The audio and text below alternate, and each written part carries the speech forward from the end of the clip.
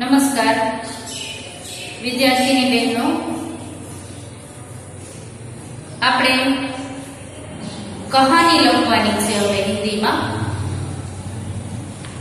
કહાનીનું નામ છે સહી ઈલાજ અથવા ચતુર ડોક્ટર.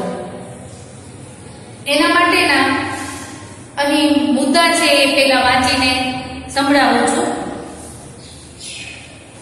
राजू नामक लड़का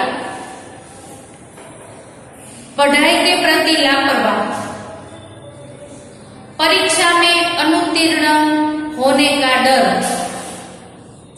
मित्र की सलाह, याददाश्त खो जाने का ढोंग करो. मित्र का राजू के पिता से राजू के सिर में चोट लगने की झूठी बात कहना. पिता द्वारा डॉक्टर को बुलाना, सही बात समझना, इलाज के लिए सिर का ऑपरेशन करने की बात करना, राजू का डर जाना, सच बात कह देना, पिता की सीख, दिल लगाकर पढ़ना. आ मुद्दा હતા. આ મુદ્દા ઉપરથી वार्ता बनावानी छे. राजू नाम का एक लड़का था. वह पढ़ाई के प्रति बहुत लापरवाह था. वार्षिक परीक्षा सिर पर आ गई थी. राजू को अनुत्तीर्ण होने का डर था, इसलिए वह किसी तरह परीक्षा से बचना चाहता था.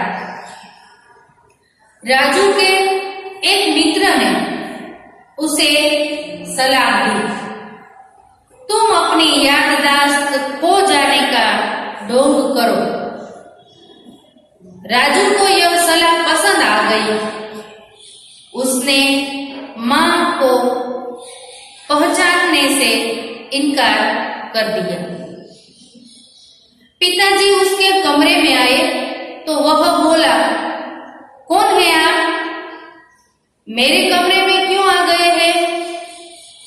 राजू के पिता घबरा गए. उन्होंने राजू के मित्र से पूछताछ की. मित्र ने बताया, राजू स्कूल में सीढ़ियों से गिर गया था, तब से वह अपनी याददाश्त खो बैठा है. राजू के पिता ने फौरन डॉक्टर को बुलाया. चतुर डॉक्टर को पता लग गया कि राजू ढोंग कर रहा है. डॉक्टर ने राजू के पिता से कहा, इस लड़के के सिर में कुछ गड़बड़ हो गई है, इसके सिर का ऑपरेशन करना पड़ेगा. ऑपरेशन का नाम सुनते ही राजू घबरा गया. उसने सब कुछ कबूल कर लिया. उसने कहा, परीक्षा से बचने के लिए ही मैंने याददाश्त खो जाने का नाटक किया है. पिता ने राजू को समझाया, बेटा अब भी समय है. अगर तुम लगन से पढ़ोगे तो अवश्य उत्तीर्ण हो जाओगे. राजू ने पिता की बात मान ली. उसने मन लगाकर पढ़ाई की और परीक्षा में वह अच्छे अंकों से उत्तीर्ण हो गया. आ वार्ता सांभળી અને આપણને શું શીખ મળે છે? तो डर कर नहीं, संकट से जूझ कर ही पार पा सकते हैं. આપણે કોઈ પણ બાબતથી ડરીએ તો એમાં પાર પડી શકીએ નહીં. પરીક્ષાથી ડરી જઈએ, વાંચીએ નહીં, ગભરાઈ જઈએ તો આપણે પાસ થઈ શકીએ નહીં, પણ હિંમતથી મહેનત કરીએ તો એ પરીક્ષાનો સામનો થઈ શકે અને પરીક્ષામાં આપણે ઉત્તીર્ણ થઈ શકીએ.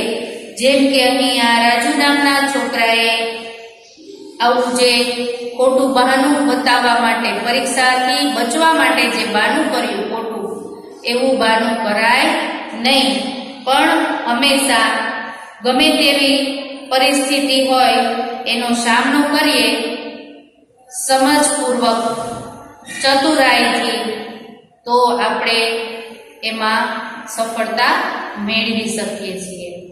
હવે નિબંધમાળામાં આ કહાની છે, એ કહાની નિબંધમાળામાંથી જોઈ અને દરેક વિદ્યાર્થીની બહેનોએ લખવાની રહેશે. નમસ્કાર.